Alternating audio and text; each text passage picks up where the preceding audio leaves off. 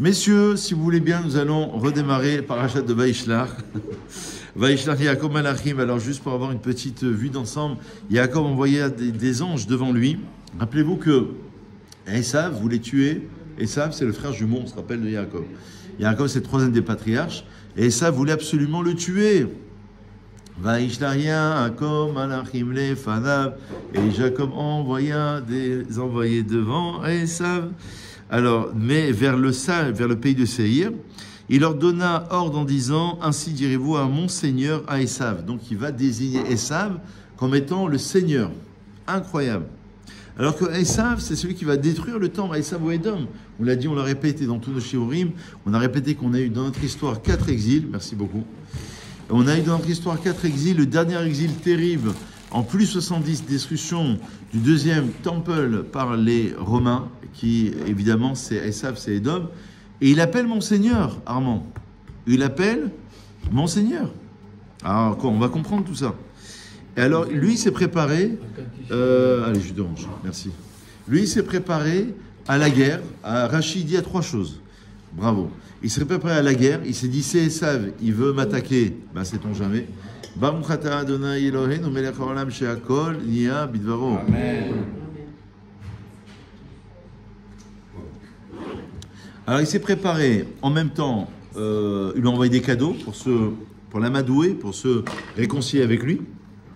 Et il a fait la tfila. Et de là, Chachamim, déjà première leçon, Chachmei Amoussa, les sages de la morale juive, de l'éthique juive, nous enseignent que lorsqu'on doit se préparer à affronter quelque chose, quelqu'un, etc., il y a 3 manières de l'affronter. Il y a soit on l'affronte contre le Yetzer Hara, parce que Esav, il peut représenter aussi le penchant du mal. Parce que Esav, c'est un chasseur, c'est un tueur. La Gemara dit donc Tuvot qu'il a fait 5 péchés ce jour-là. Un fameux jour, on reviendra sur cela, et parmi lesquels il a tué. Donc c'était pas un bon personnage. Alors quand on se prépare contre le Yetzer Hara d'Israël, contre le penchant du mal, il y a 3 manières. En même temps, on s'arme pour combattre le penchant du mal, le penchant de la colère, Armand, le penchant, Armand, du côté impulsif, de la non-patience. Alors, il essaye de combattre tout cela. En même temps, il essaye de l'amadouer parce que Yetzer Hara, il y a une Gemara dans Kedushin, page 30 par exemple, qui nous enseigne que lorsque Yetzer Hara est en nous, on veut faire un péché. On est pris par le péché. Voilà. On rentre au Beth Midrash. On rentre les péchés puisqu'on n'a pas reçu la Torah. Oui, mais eux, tous les patriarches, avant Matan Torah, connaissaient la Torah. Par Roi HaKodesh, par Esprit Saint. Eux, ils faisaient tout. La Gemara, elle dit, dans un endroit, elle dit qu'Avram Avinu, il faisait même Hérouv. Même les lois sur le Hérouv pour ne pas porter, etc. Exactement. Quand il a reçu les 3 anges. C'était, Rachid dit que c'était Pessah. Alors, c'est anachronique. Bon, c'est des sujets. Mais en tous les cas, l'idée, c'est de dire qu'Abraham, Isaac et Yaakov, eux, ils pratiquaient toute la Torah, ils étaient à fond dedans. Donc Yaakov, quand il se prépare à lutter contre Esav, qui représente le mal, là, il se prépare à la tfila, parce qu'il faut prier, il faut faire la tfila, évidemment. Il envoie des cadeaux, il essaye d'amadouer, il faut ruser avec le Yetzer Hara. Ça veut dire que le Yetzer Hara, il va te dire, non, tu n'as pas le temps d'étudier. Non, tu es fatigué là ce soir. Miskin, Molboun, d'accord, il a trop travaillé, il a trop fait, etc. Eh ben, en vérité, il faut lui imposer 5 minutes. Et tu grattes 5 minutes par 5 minutes. Tu peux pas l'avoir de front, parce que comme on dit dans les prières de Kippour, Humeesh vani basavadam. Moi, je suis un être de chair et de sang, et lui, Yetzer Hara, le penchant du mal, c'est un être de feu. Il va me dévorer. Donc, je suis pas assez fort. Je suis pas entraîné pour combattre Yetzer Hara. Par contre, par la ruse, oui. La ruse, ça veut dire que je prends 5 minutes là, je fais une mise en plus, je fais un télim en plus. Quand je suis pris par le Yetzer Hara. Donc c'est ce qu'il fait Yaakov. La première leçon, quand il doit combattre l'ange, là c'est Esav, tout de suite vous parlez de l'ange de Esav, mais là, Esav lui-même, il se prépare sur ces 3 degrés. Donc, genre, c'est son Seigneur, etc. D'accord? Mais il fait évidemment la tfila, la prière. Dans le Harshkol, il rajoute quelque chose. Il dit que c'était, d'après Rachid, de véritables anges. Et il dit comme ça. La peur de Yaakov face à Esav, parce qu'il a eu peur, Yaakov, d'affronter Esav. Il dit, pourrait paraître comme un manque de foi, parce que si tu as peur, comme on avait vu dans le rêve de l'échelle, Shabbat dernier, si tu as peur, là c'est dans Vaishlach, ça veut dire que tu as un problème de foi, d'accord? Comme ceux qui la peur des avions, par exemple, il faut travailler sur le bitachon et la émouna. Ça veut dire que si tu as une vraie crainte d'Hachem, tu ne peux plus avoir peur de personne. Finalement, ça veut dire que tu es soumis à Hachem. Et celui qui lui manque la confiance en Dieu, il manque de ira, de crainte en Dieu, il a peur de tout. Il a peur de l'économie, de la guerre, de sortir dans la rue. Là, il n'a plus peur de rien parce qu'il craint uniquement Hachem. Donc là, on pourrait dire, mais comment ça se fait que le verset dise qu'il a eu peur? D'accord? C'est quand même assez surprenant comme idée. Alors, d'autant plus que, j'ai oublié de vous dire que il était accompagné de 400 hommes, Esav. C'est pour ça aussi qu'il a eu peur. Alors ça pourrait être pris comme étant un manque de foi. Alors il explique comme ça, il dit, Jacob craignait d'avoir commis des fautes. C'est comme dans la paracha, ceux qui partent en guerre, vous savez qu'il y a une mitzvah, d'ailleurs ils le disent beaucoup aujourd'hui en Israël, mais une relation avec les événements actuels, il y a une loi de la Torah parmi les 613 commandements, ceux qui partent en guerre, Hayare mais Averot chez Beyado, celui qui a peur. Et la Gemara dit dans Sota, elle dit, c'est pas juste celui qui a peur, c'est celui qui a peur des fautes qui sont dans sa main. Et la Gemara cite un exemple, elle dit celui qui a parlé entre Ishtabar et Yotzer. C'est même une faute la plus, entre guillemets, légère, qui est importante, mais qui est moins grave que Shabbat ou Kashrut, etc. Même celui qui n'a fait que cela, parce qu'à un moment on ne peut pas parler pendant la tefila, eh ben, il ne pouvait pas partir en guerre. Parce que ça veut dire qu'il lui manque un peu de protection. Il lui manque quelque chose. Donc lui, il n'avait pas peur dans le sens d'avoir peur, Yaakov. C'est qu'il s'est dit, peut-être que j'ai fauté. Et si j'ai fauté, eh ben, je serai moins protégé. C'est pas magnifique, ça? Vous n'êtes pas obligé de m'applaudir. Hein. C'est pas ça en plus. Peut-être plus tard. Alors, c'est bon ça ou pas? Les justes, mieux que quiconque, sont conscients de leur grande responsabilité. Là, c'est le deuxième moussard, vraiment, tu n'es pas resté pour rien. Deuxième moussard incroyable. Les justes, mieux que quiconque, sont conscients de leur grande responsabilité et savent combien il est facile d'y faillir. C'est-à-dire qu'il est tellement conscient, Yaakov, le tzaddik, que la moindre faille, bon, c'est au niveau d'un tzaddik, c'est plus élevé que nous, évidemment. Le grand tzaddik, il est vraiment conscient de sa puissance, etc. Il se dit, si je fais une faille, eh ben, malheureusement, ça peut me porter préjudice. Donc, il n'avait pas peur dans le sens d'avoir peur, dans le sens des Averot. Je voudrais juste vous emmener, alors je saute un petit peu, plus tard dans Vaishlar, il y a beaucoup de sujets, hein. Mais il y a le grand sujet de Vaishlar, vraiment, prenez 5 minutes, c'est dommage, c'est 5 minutes, c'est dans la deuxième montée, deuxième, ensuite troisième, c'est quand il va combattre l'ange de Esav. La Gemara dans Cholin, à la page 91, nous enseigne qu'il va traverser d'abord le texte de la Torah, il va traverser le fleuve de Yabok, et il va revenir seul. Et pourquoi? Parce qu'il avait oublié, alors il y a plusieurs traductions selon Rashi et les commentateurs, soit des cruches, soit des petits ustensiles, des petits objets. Et la Gemara a dit, normalement, l'homme, il ne doit pas se mettre en danger. Il ne doit pas marcher seul. Il y a un passage de Pirkei Avot qu'on ne doit pas marcher seul dans la rue, dans un champ abandonné, parce que parfois il y a des mauvais esprits, etc. En ville, il n'y a pas, c'est pas grave. Mais dans un champ abandonné, une terre, d'accord, loin des grandes villes. Donc on ne doit pas marcher seul dans la rue. Pourtant, lui, il a pris le risque. Il a oublié des petites cruches ou des petits ustensiles, des petits objets qu'il avait oubliés. Il y en a qui disent qu'on lit toujours Vaishlar avant Hanouka parce que les petites cruches, ça fait allusion à Hanouka. Allusion avec les cadeaux, il dit Rashi. Les cadeaux, c'est aussi là où on mettait l'huile pour Hanouka. On lit toujours Vaishlar avant Hanouka. Et les anciens en Afrique du Nord, ils disaient que le grand froid commence de cette paracha de Vaishlar jusqu'à février à peu près, au début mars, Béchalar. Vaishlar jusqu'à Béchalar. Et donc il y a deux petites allusions. En tous les cas, il est revenu en arrière, il a traversé le fleuve de Yabok. Et normalement, on doit pas. Il s'est mis quand même en danger. Et là, qu'est-ce qui va se passer? Eh bien, il va combattre l'ange de Esav pendant toute la nuit. Et l'ange de Esav ne va pas pouvoir l'atteindre. Il va l'atteindre uniquement à la hanche. Il va lui luxer la luxation de la hanche. Alors là, on est surpris par ce passage. Qu'est-ce qui se passe? Et précisément dans le texte, ça c'est dans la Torah. Jacob resta seul et un homme lutta avec lui. Alors là, il le traduit par un homme. Il y en a qui disent que c'était un ange. Et Marloket Arishonim, Rambam et Ramban, est-ce que ce combat a vraiment eu lieu?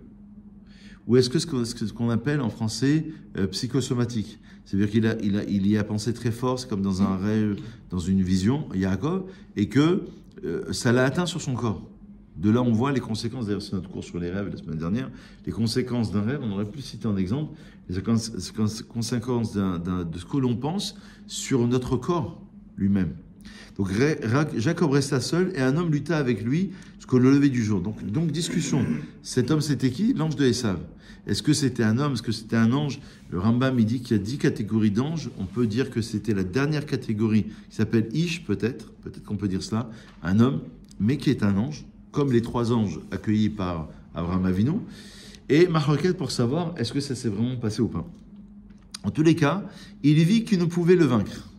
Et le frappa au creux de sa hanche. Donc l'ange de Esav, on va essayer de comprendre l'allusion, va le frapper au creux de sa hanche. Le creux de la hanche de Jacob se luxa, tandis qu'il luttait avec lui. Il dit alors, laisse-moi partir car l'aube est venue. Le petit jour était venu, ça, le combat a duré toute la nuit.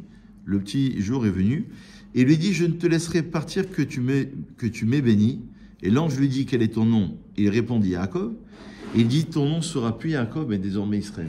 C'est ce fameux passage dans Vaïshlar où il change de Yaakov, bonne journée, Chazak, il change du statut de Yaakov, du Haïkev, du talon, il passe au niveau de Israël, roche. C'est-à-dire que, comme on l'a expliqué hier matin, ou vendredi soir, je ne sais plus, on a expliqué que Yaakov est le nom d'Israël en galoute. Et Israël, c'est lorsqu'il y a une autonomie, une indépendance, un peu Israël d'aujourd'hui. Et après, il y a Yeshurun. D'après certains, Yeshurun, c'est vraiment l'époque du Mashiach. C'est le seul qui change le nom complet. Oui. Alors que la Gemara, elle fait remarquer quand même quelque chose de très très important.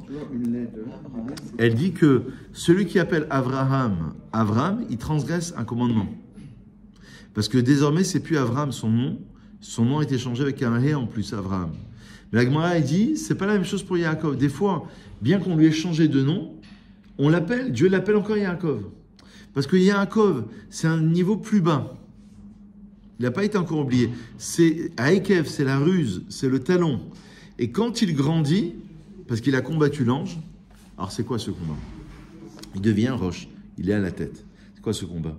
En vérité, c'est le combat d'Israël pendant l'exil, qui est comparé à la nuit pendant toute l'histoire de l'obscurité. Ce que l'on dit à la Chachamim ici, le Ramban il va en parler, le Rav Hirsch il va en parler, beaucoup d'autres vont en parler.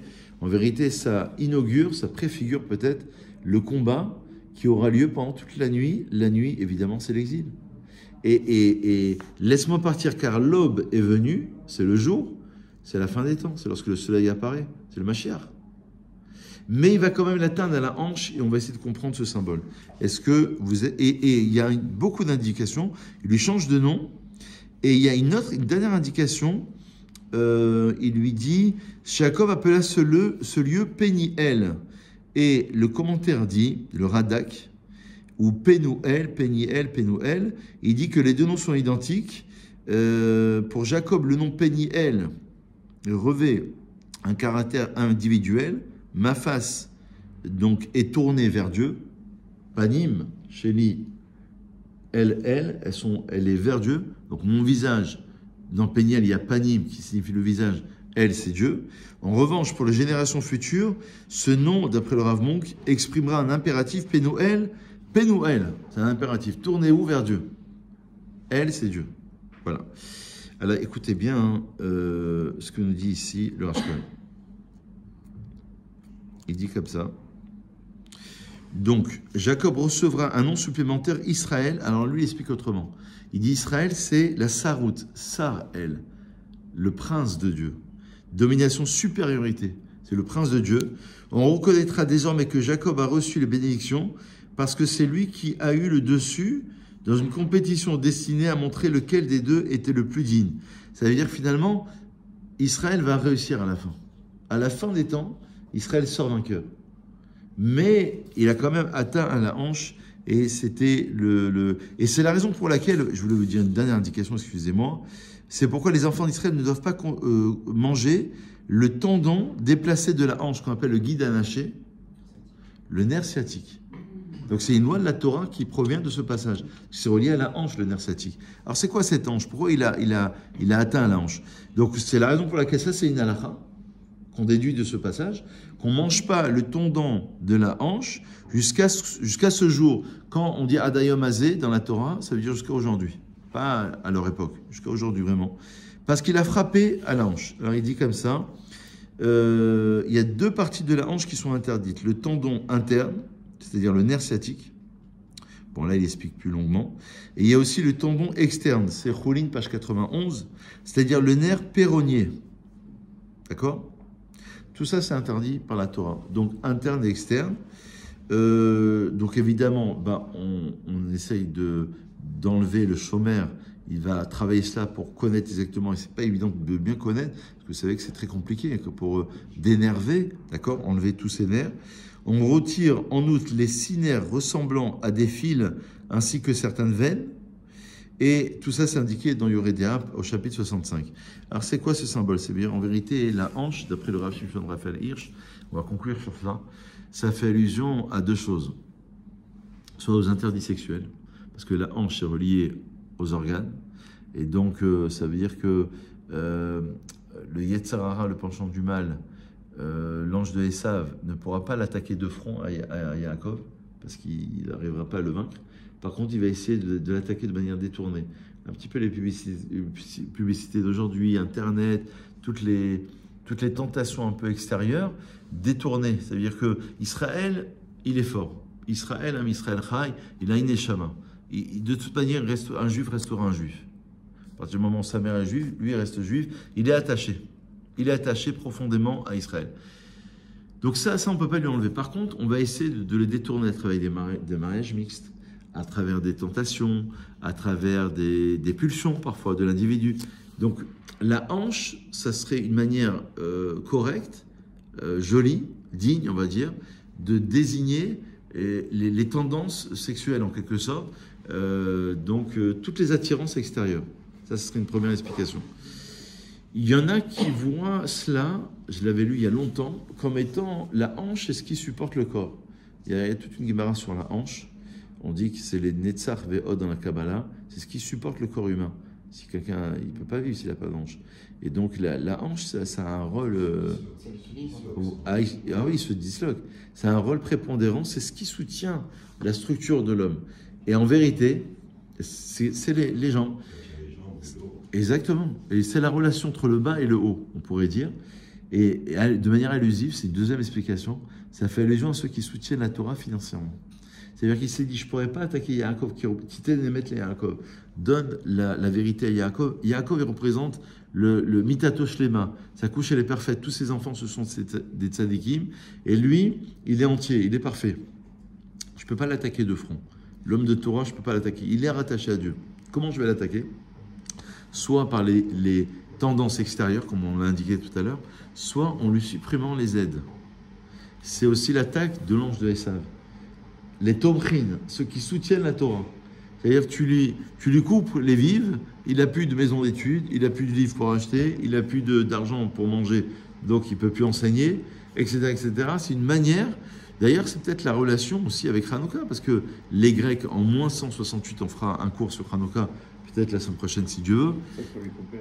Et ils ont interdit Shabbat, on a dit hier soir, Rosh Chodesh et la Mila, parce qu'ils se sont dit, on ne peut pas tuer le juif, mais par contre on va lui interdire sa pratique de la loi. C'est à peu près la même idée. Là c'est dans un autre mode, ça veut dire c'est dans un mode où on veut le tuer spirituellement. Donc ça veut dire ceux qui soutiennent la Torah. Ça peut être aussi un des symboles très forts. Et enfin, et j'arrête vraiment sur cela,